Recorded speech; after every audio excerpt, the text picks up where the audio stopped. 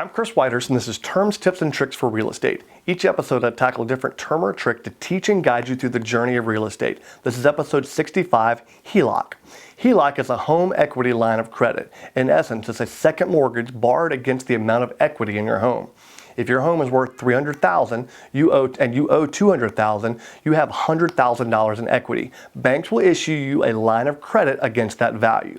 Common uses are for home repairs and improvements, but some will use the money for vacations, cars, and to pay off credit cards.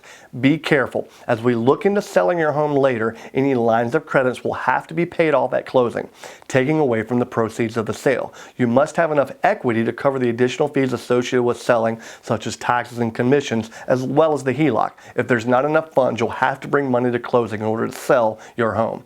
The ultimate goal of home ownership is to have free and clear title with no debt. HELOCs prevent us from getting there. If you like these videos, there's more of them along with a ton of other great content on my website at chriswhitehurst.com. You can also check me out on Facebook, YouTube, and other popular social media sites. Be sure to like and subscribe on each so you can stay plugged in and updated on all things real estate. Until next time, I'm Chris Whitehurst. Welcome home.